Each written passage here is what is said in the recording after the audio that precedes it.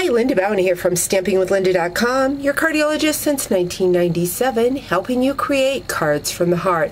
A couple weeks ago, I did a stamp retreat, and we did a card using the Christmas Quilt bundle, which is a stamp set and an assortment of framents to build your own quilt.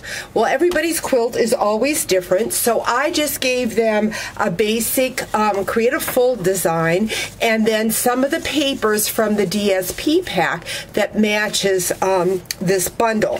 And so let me show you the card that I created. They use the same format. This is a create a fold card, and it folds out like so with a beautiful quilt inside. I also use the Crafting Forever stamp set. So on the front it says, when life gives you scraps, make a quilt. And so we had these designs, and then it says, do something creative every day and made with love. Like I said, everybody's quilt was different, and so this was the one I created, but I wanted to walk you through how we did this creative fold. So I'm going to bring in my personal trimmer and a piece of Whisper White cardstock. This measures 5.5 by 11.5, and what we are going to do is do some scoring. We're going to first score at the 4 1/4, then the 7 3/4, and finally at the 11 1/4. What you want to do then is work those folds back and forth so that your card will bend well.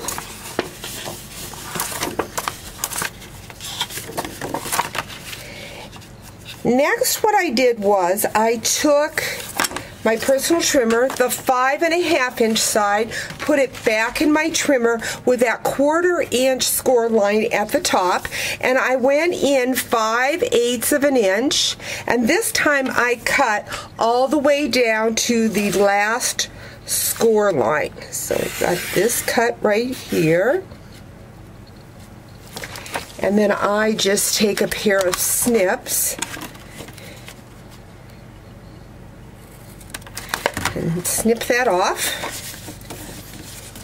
And then now you have your fold, so it goes back and forth like so. But as with the front of this card, we have one more little piece, and this measures 2 3/4 by 4 1/4, and it goes right on this small 1/4 inch piece. Now I'm just going to take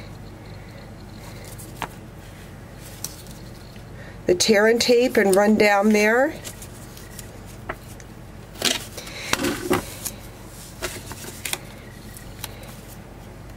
Now you could use the Tombow glue if you would like, but then it's a little bit bigger, the tear and tape, so I just kind of fold that back up.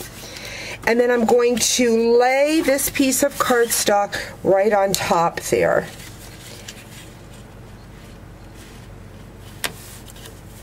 Now I'm going to have on the blog all the layering pieces for this card. So we've got a little bit of 1/4 inch that is left over, so we're just going to take our snips and trim that off.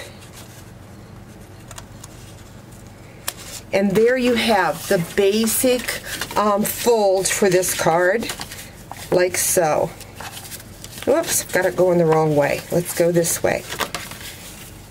And back like so.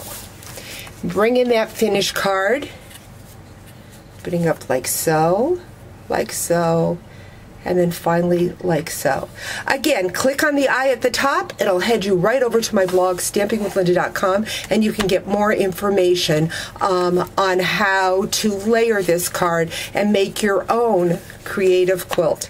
Thanks for joining me. Talk to you real soon.